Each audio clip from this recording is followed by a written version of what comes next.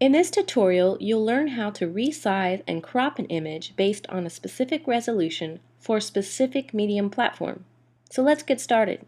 The first thing I like to do is create a projects folder on my desktop. And to do that, I just hit Control-click, New Folder, and I gave it a name.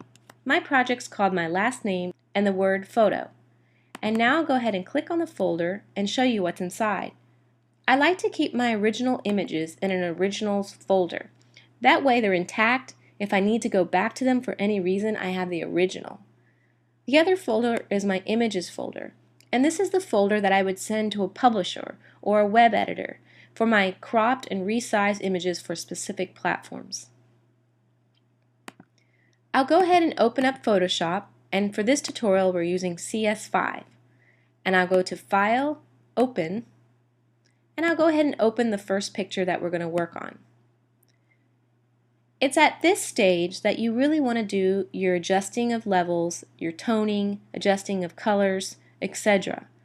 You want to do this before you do any cropping and resizing on images. This is so that you're not doing that, the resizing, the adjusting of levels, etc. for each crop that you make. It's a good idea to do it first and then do all your crops. So let's pretend I've already done all those adjustments of levels and adjusting the tone and adjusting the color to this photograph. And you're going to learn that in another tutorial. This is just for recropping and resizing for a specific medium. So the next thing I'd want to do is go ahead and save as, because I've done all those adjustments and I want to make sure that I don't copy on top of my original. So I'm just going to call this resize 2. Go ahead and hit OK. Now this one, because it has a 2, see how it renamed it? I know this is the one that is toned. You'll have your own way of doing things. This is just one way of having a system in place, so I know which one is the original, the one without a number, and which one is the toned version. So now I can go ahead and make my crops. I'm going to select the crop tool from the toolbar. Notice how every time you select a tool on the toolbar, the options panel changes to the properties of that tool. So for example, if I have the type tool selected, now you have typefaces and type sizes. If I have the crops tool selected, it's going to ask me what width and what height do you want to crop this photograph. So depending on what tool you have, the options panel will change accordingly. So I'm going to use the crop tool, which is on the third row. I know for the magazine image, I want the image to be 12 inches by 8 inches deep at 200 dpi. So I'm going to go ahead and type in those measurements in the options panel. But before I do that, I really want to make sure that I can for this image. So I'm going to go to Image, Image Size, and I want to make sure that the image is larger than what I want to crop it as. So this image is 52 inches wide by 36 inches deep. So ginormous, it'll never run this size. So I know that I'm safe. If this image was 8 inches wide by 5 inches deep, I could not crop it at a 12 by 8 inch picture. It's just too small. So I really want to make sure that it's big enough to work with. Now I can come up here in my options panel and type in those dimensions. 12 space IN by 8 IN at 200 dpi, and you can just type in 200 and then hit enter so that it takes. Now I can come into this photograph and I'm going to zoom out using my command minus or control minus so that I can see what I'm doing. And I'm going to go ahead and crop this picture. One of the things you want to check for is that you're not cropping part of the image that's not in the picture. So I'm going to zoom in using my command plus to make sure my crop is inside the image. If it isn't, you're going to get a white sliver here that basically shows that there's no image there. So I'm going to go ahead and move this in a little bit by grabbing a handle. I'll move it in here. I can also use my arrow keys to adjust. Now I haven't cropped yet. This is just placing the image in the crop that I want. So I'll move my arrow keys. And now to crop, I double click and that will crop the image. So let's see if it actually worked. Image, image size, 12 by 8. Perfect, at 200 dpi. Now I'm going to go ahead and save. File, Save As, and I'm going to save it in my Images folder. And I'll save it as my last name and the word magazine.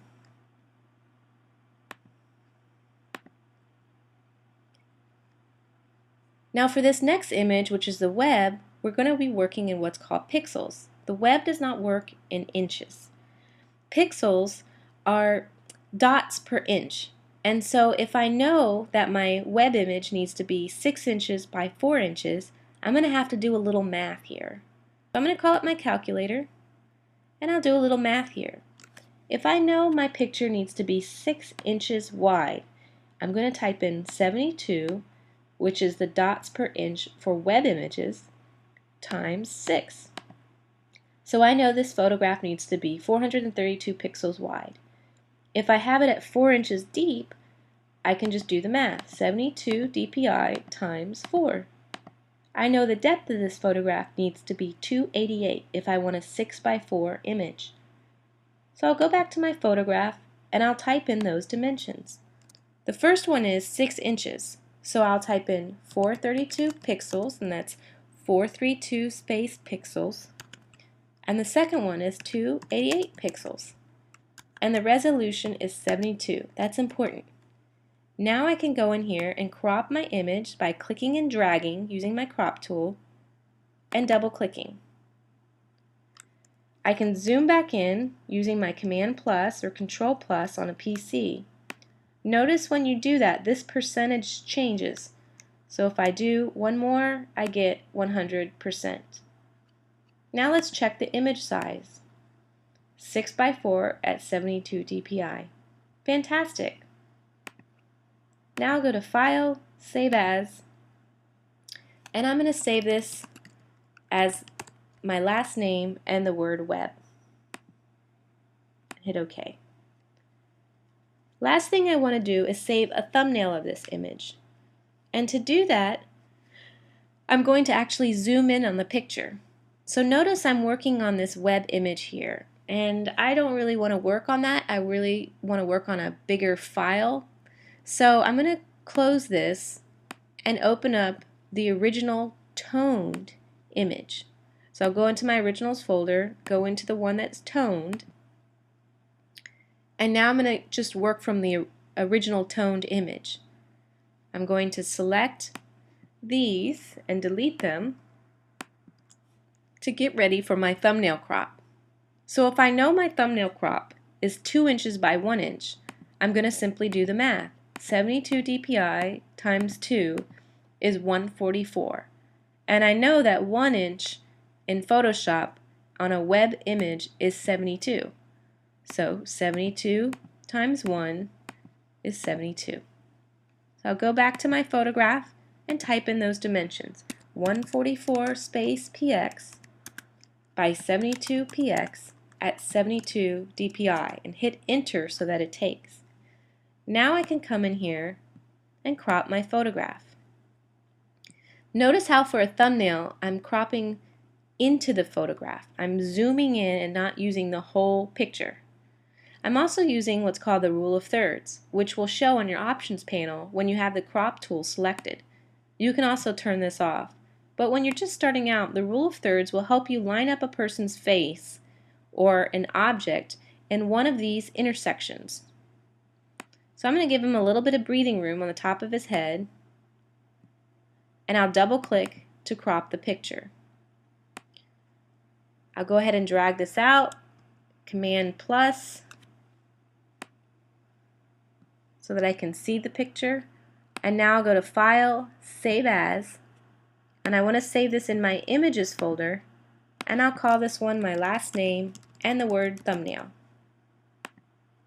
Hit OK, and there we go.